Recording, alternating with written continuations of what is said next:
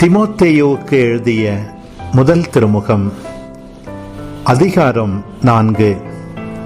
தூய ஆவியார் தெளிவாய் கூறுகிறபடி, இறுதி காலத்தில் சிலர் ஏமாற்றும் ஆவிகளுக்கும் பேய்களின் போதனைகளுக்கும் செவிசாய்த்து விசுவாசத்தை விட்டு விலகி போவர்.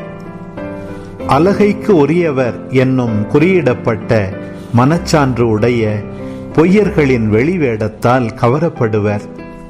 அந்த பொய்யர்கள் திருமணத்தை தடை செய்கிறார்கள்.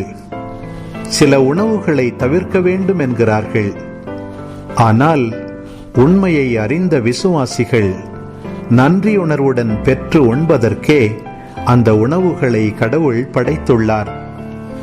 கடவுள் படைத்தது அனைத்தும் நல்லதே.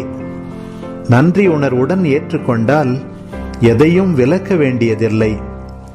ஏனெனில் கடவுளின் வார்த்தையும் நமது மன்றாட்டும் அதை தூயதாக்கும். இவற்றை சகோதர சகோதரிகளுக்கு எடுத்து கூறினால் நீ கிறிஸ்து இயேசுவின் நல்ல தொண்டனாயிருப்பாய். நீ பின்பற்றி வருகிற விசுவாச கோட்பாடுகளாலும் நற்போதனைகளாலும் வளர்ச்சி பெறுவாய்.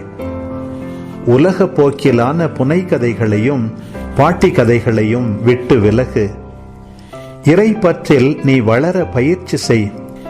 ஏனென்றால் உடற்பயிற்சி ஓரளவுதான் பயன் தரும். ஆனால் இறை பற்று எல்லா வகையிலும் பயன் தரும். இது இம்மையிலும் மறுமையிலும் நாம் வாழ்வு பெறுவோம் என்னும் வாக்குறுதியை கொண்டுள்ளது. இக்கூற்று உண்மையானது, எல்லாராலும் ஏற்றுக்கொள்ளத்தக்கது. வாழும் கடவுளை எதிர்நோக்கி இருப்பதால் தான் நாம் வருந்தி உழைத்து வருகின்றோம். அவரே எல்லாருக்கும், சிறப்பாக நம்பிக்கை கொண்டோருக்கும் மீட்பர். இவற்றை கட்டளையாக கொடுத்து கற்பித்து வா. நீ இளைஞனாயிருப்பதால் யாரும் உன்னை தாழ்வாக கருதாதிருக்கட்டும். பேச்சு, நடத்தை, அன்பு, நம்பிக்கை, தூய்மை ஆகியவற்றில் நீ விசுவாசிகளுக்கு முன்மாதிரியாய் விளங்கு. நான் வரும் வரை விசுவாசிகளுக்கு மறைநூலை படித்து காட்டுவதிலும் அறிவுரை வழங்குவதிலும் கற்பிப்பதிலும் கவனம் செலுத்து.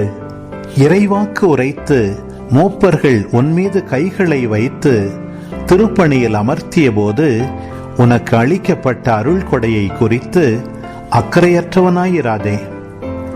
இவை எல்லாவற்றிலும் கவனம் செலுத்து. இவைகளிலேயே ஈடுபட்டிரு. அப்பொழுது நீ அடைந்துள்ள வளர்ச்சி எல்லாருக்கும் தெளிவாகும். உன்னை பற்றியும் உன் போதனையை பற்றியும் கருத்தாயிரு. அவைகளில் நிலைத்திரு. இவ்வாறு செய்தால் நீயும் மீட்படைவாய்.